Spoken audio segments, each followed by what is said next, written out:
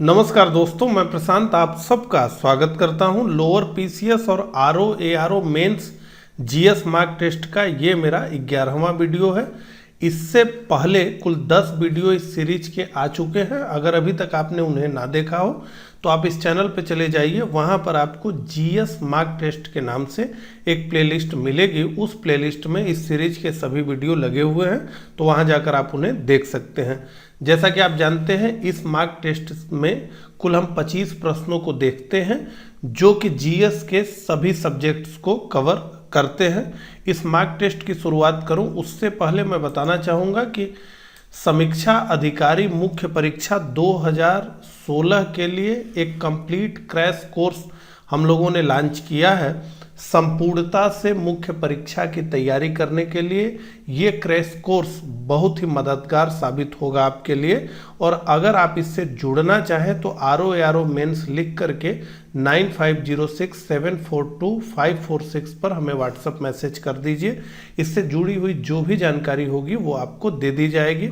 इसी के साथ आपको बताना चाहूँगा कि लोअर पीसीएस मेंस के लिए भी हमने एक टेस्ट सीरीज संचालित की है। अगर आप उससे जुड़ना चाहें तो लोअर पीसीएस लिख करके इसी नंबर पे आप हमें व्हाट्सएप मैसेज कर दें। तो चलिए इन्हीं सब बातों के साथ इस मार्क टेस्ट की शुरुआत करते हैं। तो हमेशा की तरह पहला प्रश्न हमारा आ गया एंशिएंट हिस्ट्री से ही। थोड़ा सा कठिन प्रश्न रहेगा ये आपके लिए। तो अजात शत्रु के संबंध में 4 कथन यहाँ पर दिए गए हैं। पहला कथन, अजात शत्रु ने वैशाली के विरुद्ध युद्ध में रथ मूसल जैसे हथियारों का प्रयोग किया था। अजात शत्रु को कुड़िक नाम से भी जाना जाता था।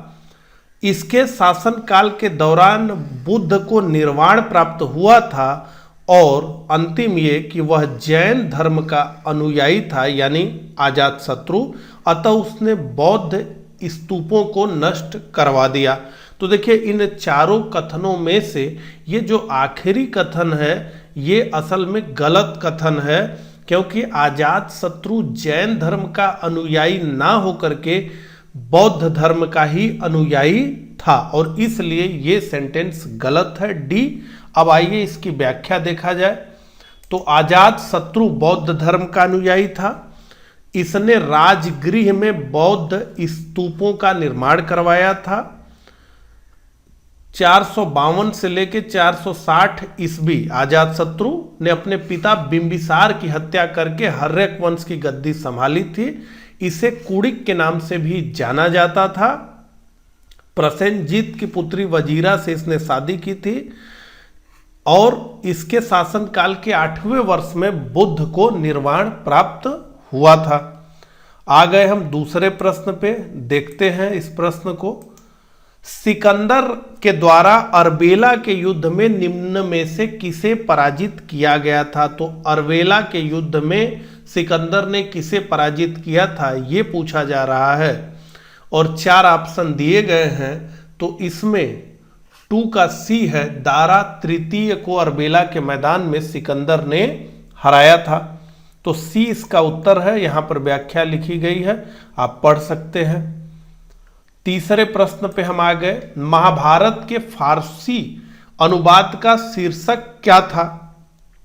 तो अनवार सुहेली, रज्म नामा, हस्त बहिस्त और आयर दानिश। तो देखिए, पढ़ते समय कुछ चीजों को अगर हम ठीक प्रकार से समझ लेते हैं तो हमें जीवन भर नहीं भूलता। तो महाभारत एक प्रकार से जो है युद्धों की कहानी है, सबसे बड़े युद्ध की।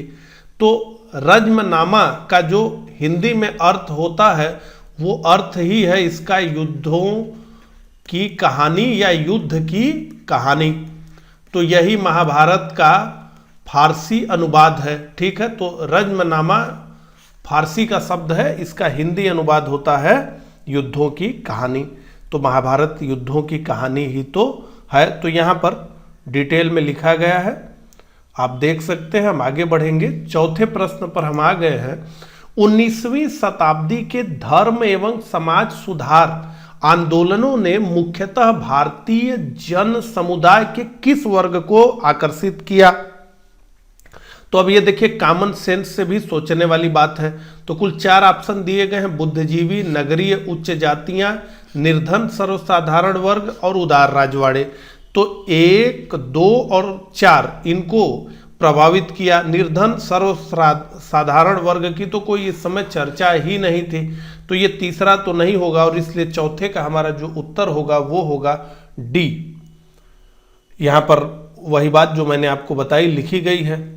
5वें प्रश्न पर हम आ गए हैं और 1857 के विद्रोह के संबंध में कुल 4 वाक्य दिए गए हैं और बहुत ठीक प्रकार से ये जांचेगा प्रश्न कि 1857 की क्रांति को आपने कितना ठीक प्रकार से समझा है।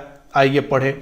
लॉर्ड डलहौजी की राज्य हड़प नीति के तहत मुगल बादशाह एवं अवध के नवाब को उनकी गद्दी से हटाना एक कारण था। अंग्रेजों की आर्थिक शोषण नीति के तहत भूमि व्यवस्थाओं में नए नए आविष्कार, करों में वृद्धि, भारतीय उद्योग धंधों को नष्ट करना भी एक कारण था। 1854 के डाकघर अधिनियम द्वारा सैनिकों की निःशुल्क डाक सुविधा का समाप्त करना भी एक सैनिक कारण था। और अप्रैल 1850 में लैक्स लोकी कानून अर्थात धार्मिक अयोग्यता अधिनियम द्वारा हिंदू रीति रिवाजों में परिवर्तन लाना भी एक कारण था। तो अब पूछा जा रहा है कि 1857 के विद्रोह के संबंध में कौन सा इसमें से कथन असत्य है। तो देखिए इसमें से कोई भी कथन असत्य नहीं है।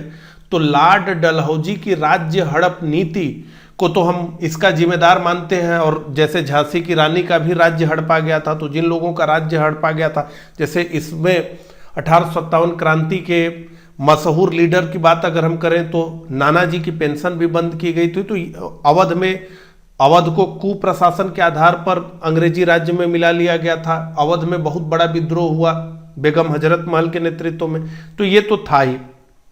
अंग्रेजों की आर्थिक शोषण नीति के तहत भूमि व्यवस्थाओं में नए नए कर, तो हम जानते हैं चीरो अस्थायी बंदोबस्तों यानी परमानेंट सेटलमेंट आया। इसके अलावा दक्षिण के तरफ रैयतवाड़ी, महालवाड़ी, ये सारी व्यवस्थाएं आई। 1854 का डाकघर का अधिनियम भी, जिसमें निःशुल्क डाक की व्यवस्था समाप्त कर दी गई। और अप्रैल 1850 में जो लैक्स लोकी कानून आया, यानी कि कोई भी हिंदू व्यक्ति अगर वो अपने को कन्वर्ट होता था दूसरे धर्म में, तो जो जायदाद में उसका हिस्सा होता था वो नहीं मिलता था। इस कानून के बाद कहा गया कि नहीं, उसे जायदाद में भी हिस्सा मिलेगा, तो और राह आसान हो गई कन्वर्जन की। तो ये 5 का सी है, सभी के सभी सत्य हैं। यहां पर सारी चीजें लिखी गई हैं, आप पढ़ सकते हैं। हम 6ठे प्रश्न पे आ गए। नीचे दिए गए राज्यों, रियासतों, रजवाड़ों में से उनके द्वारा सहायक संधि स्वीकार करने के सही क्रम में इन्हें लगाना है। तो जयपुर, मैसूर, अवध, सिंधिया, पेशवा। ठीक है, तो यहां पर देखिए जैसा कि हम जानते हैं कि सबसे पहले तो सहायक संधि व्यवस्था, लॉर्ड बेलेजली की सहायक संधि व्यवस्था को सबसे पहले हैदराबाद स्टेट ने अपनाया था। तो हैदराबाद तो यहाँ ऑप्शन में हमें दिख ही नहीं रहा है। तो हैदराबाद के बाद मैसूर था और उसके बाद अवध था और फिर पेशवा, फिर सिंधिया, फिर जयपुर। तो ए इसमें ऑप्शन सही है, मैसूर, अवध, पेशवा, सिंधिया, जयपुर। देखिए एक बात समझ लीजिए, एक प्रश्न चूंकि आईएएस में एक बार पूछ लिया गया और तभी से इस प्रश्न पर 2 तरह के विचार हो गए। वहां पर यह पूछा गया था कि ये जो सहायक संधि व्यवस्था थी, इसे सबसे पहले भारत में किस रियासत ने जो है अपनाया था, और उसमें ऑप्शन में अवध दिया था और उत्तर में माना गया था कि सबसे पहले अवध ने इस व्यवस्था को अपनाया था। तो इसके पीछे क्या कारण है? देखिए सहायक संधि व्यवस्था में व्यवस्था मुख्यतः ये होती थी कि आप अपने रक्षा की जिम्मेदारी, शुरुआती दौर में आप अपने रक्षा की जिम्मेदारी ब्रिटिश राज को दे दीजिए, यानी कंपनी को दे दीजिए, और कंपनी आपसे पैसा लेगी, आपके लिए एक सेना रखेगी। हालांकि वो सेना कंपनी की होगी वो, लेकिन आपके राज्य की रक्षा करेगी, आपके यहाँ एक रेजिडेंट रहेगा, आदि आदि। ये सब शर्त अगर आप देखें तो जो अवध के नवाब से संधि हुई थी बक्सर के युद्ध के बाद 1765 में। उस संधि में भी यही सारी शर्तें थी और इसलिए सबसे पहले हम मानते हैं कि सहायक संधि की गई थी अवध के साथ। हालांकि उसे सहायक संधि इस शब्द से संबोधित नहीं किया गया था, लेकिन सहायक संधि जो बाद में बेलेजली ने विकसित किया उसकी शर्तें और जो इलाहाबाद की संधि हुई थी अवध के नवाब से उसकी संधि में बहुत सारी सिमिलरिटी थी। लेकिन ऑफिशियल रूप से सहायक संधि सब्सिडरी अलायंस का कॉन्सेप्ट बेलेजली लेकर के आया था और उससे भी पूर्व ये कॉन्सेप्ट लेकर के आया था डुप्ले। तो मुझे उम्मीद है आपको क्लियर हो गया होगा, ठीक है। और एक बात और है कि कमेंट करके बताइए कि क्या इसी प्रकार से सब प्रश्नों की व्याख्या होनी चाहिए, क्योंकि हमें तो ये लगता है कि भाई ये मार्क टेस्ट है तो इसमें बहुत ज़्यादा स्कोप व्याख्या की नहीं होनी चाहिए और वैसे भी हम लिख करके तो आपको देते ही देते हैं, तो वही सारी चीज़ें इसमें लिखी गई। हम आगे बढ़ेंगे, 7वें प्रश्न पर हम आ गए हैं। सौर मंडल का सर्वाधिक गर्म ग्रह है, बुध है, शुक्र है, मंगल है और पृथ्वी है। तो सौर मंडल का सर्वाधिक गर्म ग्रह शुक्र है। आप जानते ही हैं, काफ़ी आसान भी प्रश्न इसमें हम लोग रखते हैं ताकि एक बैलेंस बना रहे। तो यहाँ पर देखिए बहुत डिटेल में हमने व्याख्या लिखी है, कुछ चीज़ों को हम देख लेते हैं। तो सौर मंडल का शुक्र सबसे गर्म ग्रह है और ये एक स्थलीय ग्रह के रूप में वर्गीकृत है। समान आकार, गुरुत्वाकर्षण और संरचना के कारण इसे कभी कभी पृथ्वी की बहन ग्रह भी कहा जाता है। शुक्र आकार और दूरी दोनों में पृथ्वी के निकटतम है, ठीक है। तो इससे जुड़े हुए बहुत सारे तथ्य यहाँ पे दिए गए हैं, आप पढ़ सकते हैं। अब आ गए हम 8वें प्रश्न पे और अब ये प्रश्न मैप से जुड़ा हुआ है। तो निम्नांकित में से कौन से देश फारस की खाड़ी को घेरे हुए हैं? Iraq, UAE, Bahrain, Kuwait, Oman. तो नीचे दिए गए कोट में से सही उत्तर आपको बताना है और 1, 2, 3, 4, 5 सभी के सभी फारस की खाड़ी को घेरे हुए हैं। तो फारस की खाड़ी पश्चिम एशिया में हिंद महासागर का एक विस्तार है जो ईरान और अरब प्रायद्वीप के बीच तक गया हुआ है। फारस की खाड़ी पर तट रेखा वाले देश हैं ईरान, ओमान का मुस्नद्म एक्सक्लेव, संयुक्त अरब अमीरात, सऊदी अरब, कतर, बहरीन, कुवैत और उत्तर पश्चिम में इराक। तो ईरान को 1935 तक तो फारस के ही नाम से जाना जाता था। 9वें प्रश्न पर हम आ गए हैं। पृथ्वी पर मूलतः एक ही विशाल भूखंड था, उसे क्या कहते थे? पहले पृथ्वी एक ही भूखंड थी, बाद में जो है वो टूटा है और पूरा सब बना है। तो पृथ्वी पर पहले मूलतः एक ही विशाल भूखंड था, तो वो जो एक ज्वाइंट भूखंड था, जो एक ज्वाइंट लैंड था, उसका नाम क्या था ये पूछा जा रहा है। तो पेंजिया इसे कहते थे, तो 9th का बी। तो स्थलीय भाग जो था उसे पेंजिया कहते थे और समस्त जलीय भाग को पेंथालासा के नाम से जाना जाता था। तो पेंजिया के उत्तरी भाग में लारेसिया यानी उत्तरी अमेरिका, ग्रीनलैंड, यूरोप तथा एशिया तथा दक्षिणी भाग में गोंडवाना लैंड, दक्षिणी अमेरिका, अफ्रीका, मेडागास्कर, प्रायद्वीपीय भारत, ऑस्ट्रेलिया। तो ये ऑस्ट्रेलिया भी गोंडवाना लैंड का ही हिस्सा था, मेडागास्कर भी टूट करके नीचे चला गया, ये पूरा दक्षिण भारत, ठीक है। तो ये पूरी कहानी। 10वें प्रश्न पर हम आ गए हैं। उष्ण तथा शुष्क पवन समल जो कि एक स्थानीय हवा है, कहाँ पाई जाती है? तो समल ये एक स्थानीय हवा है, ये कहाँ पाई जाती है? तो ये मेसोपोटामिया में पाई जाती है। तो समल स्थानीय हवा मेसोपोटामिया तथा फारस की खाड़ी में चलती है। मेसोपोटामिया इराक, ईरान व अरब प्रायद्वीप को संयुक्त रूप से कहा जाता है। 11वें प्रश्न पर हम आ गए हैं। भारतीय संविधान के मूल दस्तावेज को किसके द्वारा हाथ से लिखा गया था? तो ये थोड़ा सा नए प्रकार का प्रश्न है और इनका नाम भी हम लोगों को जानना चाहिए, इसलिए इस प्रश्न को हमने रखा है।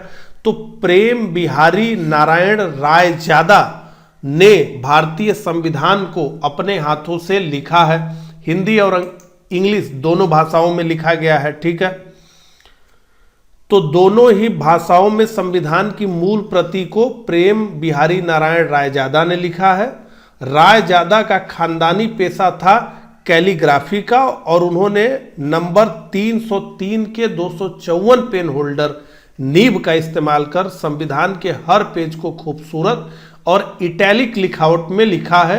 इसे लिखने में उन्हें 6 महीने लगे थे और जब पूछा गया कि आप मेहनताना क्या लेंगे तो उन्होंने कहा कि एक ही शर्त है कि हर संविधान के पृष्ठ पर मैं अपना नाम लिखूंगा और अंतिम पेज जो होगा उस पर अपने दादा का भी नाम लिखूंगा। इसी के साथ एक तथ्य और भी जान जाइए, तो भारतीय संविधान के हर पेज को चित्रों से आचार्य नंदलाल बोस ने सजाया है। तो कुल मिलाकर के जो भारतीय संविधान है उसमें बहुत सारे चित्र जो है रामायण से, महाभारत से सब जो है लिया गया है। तो भगवान राम का पूरा दरबार बना हुआ है। तो वो सारी चीजें जो है आचार्य नंदलाल बोस ने किया है और प्रस्तावना को के पेज को सजाने का काम राम मनोहर सिन्हा ने किया था और ये भी नंदलाल बोस के ही शिष्य थे। और ये संविधान की जो मूल प्रति है जिसे नारायण रायजादा ने लिखा है प्रेम बिहारी, ये हीलियम से भरे केस में रखी गई है भारतीय संसद की लाइब्रेरी में। बहुत सारी जानकारी हो गई। 12वें प्रश्न पर आ गए हम। निम्नलिखित विशेषाधिकारों में से कौन से भारत के संविधान द्वारा राज्यसभा को प्रदत्त किए जाते हैं? 4 कथन है। राज्य का वर्तमान राज्य क्षेत्र परिवर्तित करना और राज्य का नाम परिवर्तित करना, तो निश्चित रूप से तो ये तो नहीं होगा, बिल्कुल नहीं। संसद को राज्य सूची के विषय में कानून बनाने और एकाधिक अखिल भारतीय सेवाओं का सृजन करने हेतु सशक्त बनाने के लिए एक प्रस्ताव पारित करना, राष्ट्रपति की निर्वाचन प्रक्रिया में संशोधन करना और राष्ट्रपति की सेवानिवृत्ति के पश्चात उसकी पेंशन निर्धारित करना, नहीं। चुनाव आयोग के क्रियाकलापों का निर्धारण करना और चुनाव आयुक्तों की संख्या निर्धारित करना, बिल्कुल नहीं। तो 20 का उत्तर है संसद राज्य सूची के विषय में कानून बनाने के लिए। तो राज्य सूची के विषय पर कानून बनाने का अधिकार संसद को राज्यसभा दे सकती है एक प्रस्ताव पारित करके, और राज्यसभा ही अखिल भारतीय सेवाओं का सृजन करने का भी काम कर सकती है कि एक नई अखिल भारतीय सेवा का गठन किया जाए, और ऐसा इसने 2 बार किया भी है। तो अनुच्छेद 249 के तहत राज्यसभा उपस्थित और मत देने वाले 2/3 सदस्यों के बहुमत से राज्य सूची में शामिल किसी विषय को राष्ट्रीय महत्व का घोषित कर सकती है, जिसके बाद उस विषय पर कानून बनाने का अधिकार भारतीय संसद को प्राप्त हो जाता है। और अनुच्छेद 312 के तहत राज्यसभा उपस्थित तथा मतदान करने वाले 2/3 सदस्यों के बहुमत से कोई नई अखिल भारतीय सेवा स्थापित कर सकती है। 13वें प्रश्न पर हम आ गए हैं। तो सूची 1 में राज्यों का गठन और सूची 2 में किस संशोधन अधिनियम के तहत उनका गठन किया गया है, ये पूछा जा रहा है। तो ये प्रश्न एक प्रकार से कठिन प्रश्न के लिस्ट में आ जाएगा। अब यहाँ पर एक चीज ही काम कर सकती है और वो ये है कि सिक्किम से जुड़ा हुआ संविधान संशोधन आपको याद हो, क्योंकि ये थोड़ा जो है प्रसिद्ध है। क्यों? क्योंकि सिक्किम पहले भारत का हिस्सा नहीं रहा आजादी के बाद से ही। 35वें संविधान संशोधन के माध्यम से सिक्किम को भारत का सहयोगी राज्य बनाया गया और बाद में 36वें संविधान संशोधन से इसे भारत में मिला दिया गया। तो सिक्किम थोड़ा सा फेमस है इस लिहाज से।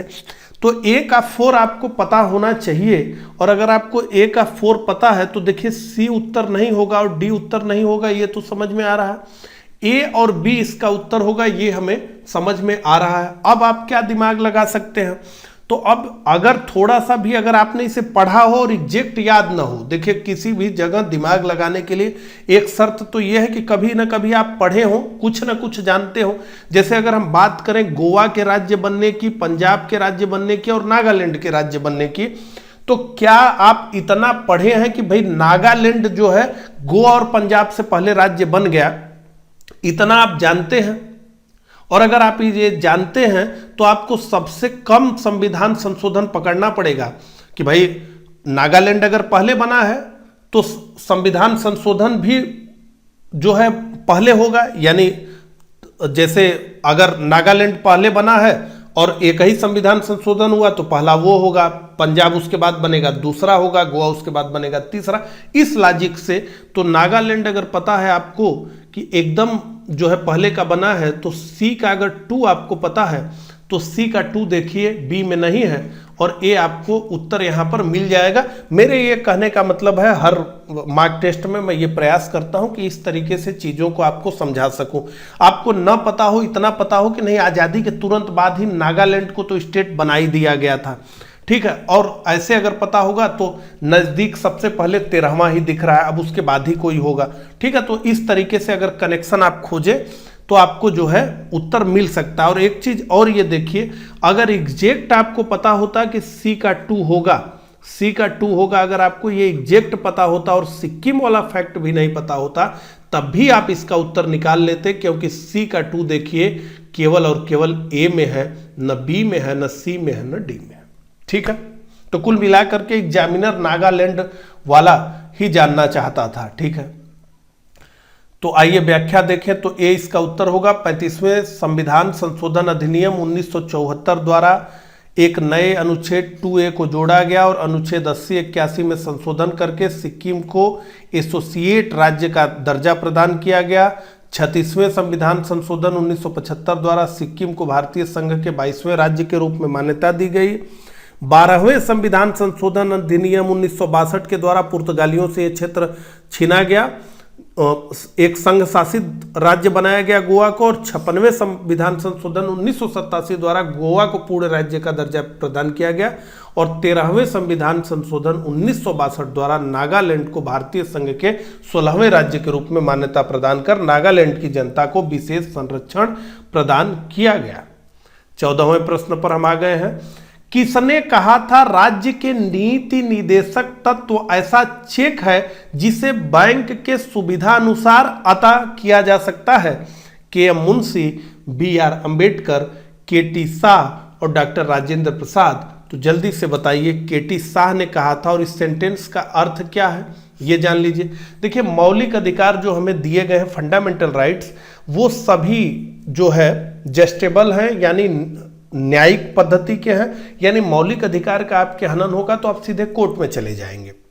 लेकिन राज्य के नीति निदेशक तत्व जो हैं वो गैर न्यायिक स्वभाव के हैं। तो राज्य के नीति निदेशक सिद्धांत में जो लिखा गया है उसके आधार पर आप कोर्ट में नहीं जा सकते, तो उसे लागू करना, यानी राज्य के नीति निदेशक तत्वों को लागू करना या न करना ये सरकार के ऊपर है। हालांकि बस इतना ही कहा गया है कि राज्य सरकारें जब भी कोई अपनी नीति बनाए तो राज्य के नीति निदेशक सिद्धांतों यानी डीपीएसपी को एक बार ध्यान में रख ले। ये उनके लिए जरूरी नहीं है कि ध्यान रखें ही, ये एक नैतिक निर्देश के प्रकार के रूप में है। तो यही कहा गया है कि ये एक ऐसा चेक है, जनता को ये ऐसा चेक दिया गया है जिसका भुगतान तभी होगा जब बैंक चाहेगा, यानी जब सरकार चाहेगी तो भुगतान होगा।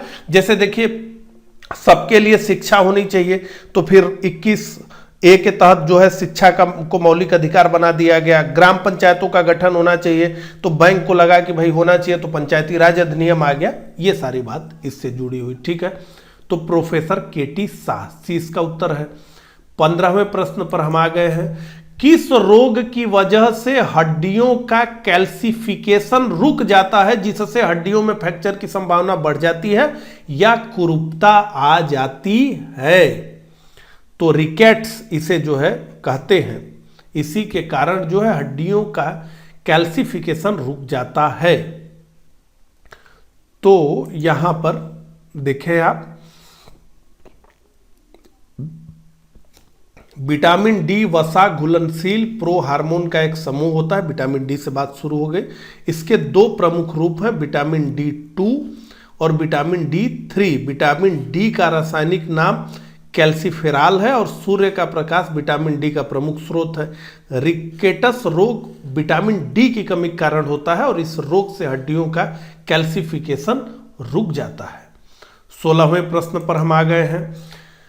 तो अधोलिखित नहीं, निम्नलिखित, निम्नलिखित दो सूची है, सूची 1 और सूची 2। तो एक तरफ तो जो है राष्ट्रीय उद्यान है और दूसरे तरफ कुछ विशेषताओं और कुछ जो है वो कहाँ स्थित है उस आधार पर प्रश्न में पूछा जा रहा है।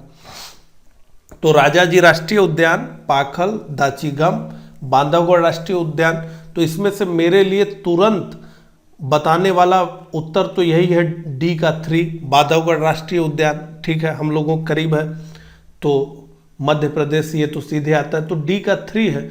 इसका मतलब इसका सी उत्तर नहीं होगा और डी उत्तर नहीं होगा, ए बी सी में से कोई इसका उत्तर होना चाहिए 16 का, और ए इसका उत्तर है। तो ए का 2 राजाजी राष्ट्रीय उद्यान हाथी के लिए, बी का 1 पाखल आंध्र प्रदेश, सी का 4 दाचिंगम हंगुल और डी का 3 यानी बांधवगढ़ मध्य प्रदेश।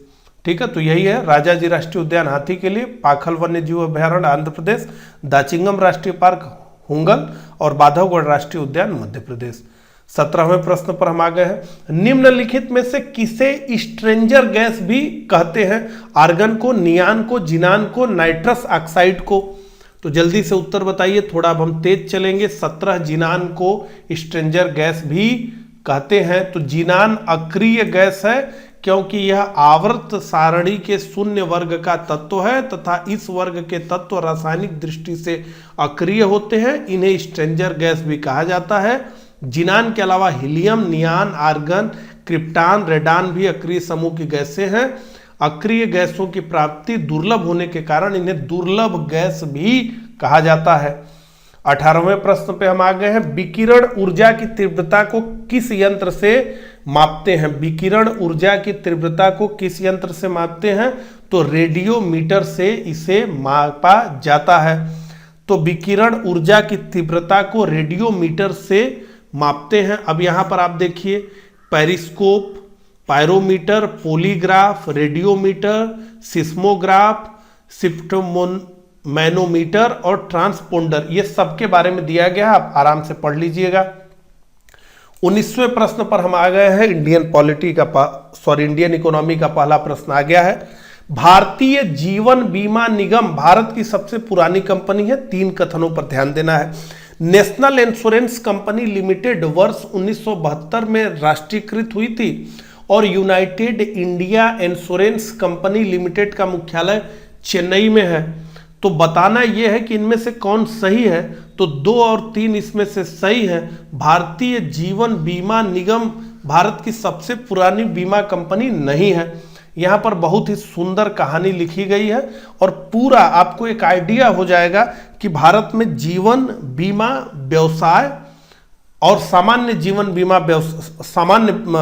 बीमा व्यवसाय, ठीक है, इन दोनों का क्या इतिहास रहा है, थोड़ा सा पढ़ लें। तो भारत में जीवन बीमा व्यवसाय प्रारंभ करने वाली पहली कंपनी थी ओरिएंटल लाइफ इंश्योरेंस कंपनी। इसकी स्थापना 1878 में कलकत्ता में हुई थी और इस क्षेत्र में यानी जीवन बीमा व्यवसाय क्षेत्र में पहली भारतीय कंपनी थी Bombay mutual life insurance company, जिसकी स्थापना 1870 में हुई थी। भारत में जीवन बीमा क्षेत्र का राष्ट्रीयकरण जनवरी 1956 में किया गया और उस दौर में जीवन बीमा व्यवसाय करने वाली 154 भारतीय, 16 विदेशी और 75 भविष्य निधि कंपनियों को भारत सरकार ने अपने अधिकार में लिया, जिसके पश्चात 19 जून 1956 को भारतीय जीवन बीमा निगम 1956 संसद द्वारा पारित किया गया और इसी के तहत 1 सितंबर 1956 को भारतीय जीवन बीमा निगम LIC की स्थापना हुई। अब यहाँ पे देखिए 2 शब्द हैं, एक जीवन बीमा और एक सामान्य बीमा, ठीक है। तो भारत की पहली सामान्य बीमा company Triton insurance company limited थी और इसकी स्थापना 1850 में की गई। इस क्षेत्र में पहली भारतीय company Indian mercantile insurance company limited थी और इसकी स्थापना 1907 में हुई। भारतीय संसद ने 1972 में सामान्य बीमा व्यवसाय, बीमा दो तरह के होते हैं, ध्यान दीजिए। एक तो कहानी मैंने आपको जीवन बीमा की बताई जिसके LIC बताया, अब सामान्य बीमा की बात कर रहा हूं। तो भारतीय संसद ने 1972 में सामान्य बीमा व्यवसाय राष्ट्रीयकरण अधिनियम 1972 पारित किया और इसके तहत सामान्य बीमा व्यवसाय का राष्ट्रीयकरण कर दिया गया। तो ये पूरी कहानी रही। अब आगे बढ़ते हैं, अगले प्रश्न को देखते हैं। तो कीमत विभेद, प्राइस डिस्क्रिमिनेशन क्या है, ये बताना है। कालांतर में किसी वस्तु कीमत में वृद्धि वह परिस्थिति जिसमें एक ही उत्पाद विभिन्न ग्राहकों को अलग अलग कीमत पर बेचा जाता है। किसी उत्पाद पर सरकार द्वारा उत्पादन सब्सिडी दिया जाना जिससे उसे कम कीमत पर बेचा जा सके। किसी वस्तु की कीमत में कालांतर में होने वाली सामान्य कमी। तो कीमत विभेद, प्राइस डिस्क्रिमिनेशन क्या होता है, ये आपसे पूछा जाता रहा है। और ये है वह परिस्थिति जिसमें एक ही उत्पाद विभिन्न ग्राहकों को अलग अलग कीमत पर बेचे जाते हैं। इसे हम कीमत विभेद, प्राइस डिस्क्रिमिनेशन कहते हैं। और ये तभी होता है जब मार्केट मोनोपोली की स्थिति में चला जाए, कोई प्रोडक्ट ऐसा हो जिसकी मोनोपोली किसी कंपनी के पास हो। यहाँ पर पूरा डिटेल में लिखा गया है। हम आगे बढ़ेंगे, 21वें प्रश्न पे हम आ गए हैं। जनगणना का प्रश्न आ गया है। दो कथन दिए गए हैं, इन पर हमें विचार करना है। 2011 की जनगणना के अनुसार भारत की कुल आबादी 18.5% जनसंख्या उत्तर प्रदेश में रहती है। 2011 जनगणना के अनुसार देश की कुल शहरी जनसंख्या में उत्तर प्रदेश का प्रथम स्थान है। तो दोनों के दोनों ही ये सेंटेंस गलत है। 16.50 इतनी जनसंख्या के हिसाब से उत्तर प्रदेश में भारत की जनसंख्या रहती है। और पहले नंबर पे उत्तर प्रदेश नहीं है, पहले नंबर पे महाराष्ट्र है और इसलिए C1 और D दोनों गलत हैं। 21 का D दोनों गलत हैं, ये हमारा उत्तर होगा। ठीक है, तो यहाँ पर वही बात लिखी गई है, आप पढ़ सकते हैं। हम आगे बढ़ेंगे। निम्नलिखित में से कौन सा युग्म सुमेलित नहीं है? तो कौन सा युग्म सुमेलित नहीं है? आगरा पर्यटन, फिरोजाबाद कांच की चूड़ी, कानपुर सूती वस्त्र और मुरादाबाद धातु। तो C सुमेलित नहीं है। कानपुर मुख्यतः चमड़ा उद्योग के लिए ही जाना जाता है, सूती वस्त्र उद्योग के लिए नहीं जाना जाता। तो 22 का C। यहां पे आप देखिए लिखा गया है प्रमुख उद्योग और उनके केंद्र। 23वें प्रश्न पर हम आ गए हैं। हाल ही में श्री सेलम जल विद्युत परियोजना में आग लगने की घटना में 9 कर्मचारियों की मौत हो गई। यह परियोजना किस राज्य में है? आंध्र प्रदेश, कर्नाटक, तेलंगाना, ओडिशा और यह परियोजना है तेलंगाना में। ठीक है, 24वें प्रश्न पर हम आ गए हैं। राष्ट्रीय खेल पुरस्कार 2020 प्राप्त करने वाली खिलाड़ी मनिका बत्रा किस खेल से जुड़ी हुई हैं? टेनिस से, टेबल टेनिस से, हॉकी से, क्रिकेट से। तो मनिका बत्रा टेबल टेनिस से जुड़ी हुई हैं। तो राष्ट्रीय खेल पुरस्कार 2020 कुल 5 खिलाड़ियों को इस बार खेल रत्न दिया गया। इसमें से एक तो मनिका बत्रा टेबल टेनिस से है, 4 में से एक क्रिकेटर रोहित शर्मा है, एक पहलवान विनेश फोगाट है, पैरालंपिक स्वर्ण पदक विजेता मरियप्पन थंगवेलु है और महिला हॉकी टीम की कप्तान रानी रामपाल शामिल है। 25वें प्रश्न पर हम आ गए हैं कि केंद्रीय सड़क परिवहन और राजमार्ग मंत्री नितिन गडकरी ने राष्ट्रीय राजमार्गों पर वृक्षारोपण की निगरानी के लिए कौन सा ऐप लॉन्च किया है? तो कॉमन सेंस से बताना होगा। तो आप क्या बता सकते हैं? जिस हिसाब से एनडीए की यह सरकार नामकरण करती है उस हिसाब से सोच करके देखिए। हालांकि इसका उत्तर हरिपथ है, आपने क्या सोचा था आप कमेंट करके बताइएगा। तो केंद्रीय सड़क परिवहन और राजमार्ग मंत्री नितिन गडकरी ने राष्ट्रीय राजमार्गों पर वृक्षारोपण की निगरानी के लिए हरित पथ ऐप लॉन्च किया है। यह ऐप जियो टैगिंग और वेब आधारित GIS सक्षम उपकरण के माध्यम से वृक्षारोपण की निगरानी करने में सक्षम है। तो देखिए जैसे जैसे टेक्नोलॉजी का विकास होगा वैसे वैसे भ्रष्टाचार में तो कमी आएगी, ये समझ में आ रहा है। तो इस प्रकार से स्मार्ट टेस्ट में कुल 25 प्रश्नों को हमने देखा। अपना स्कोर कमेंट करके मुझे जरूर बताइएगा कि वीडियो जैसा भी लगा हो इस हिसाब से इसे लाइक या डिसलाइक जरूर करिएगा। मिलता हूँ इसी तरह के अगले वीडियो में, तब तक के लिए आप सभी को नमस्कार।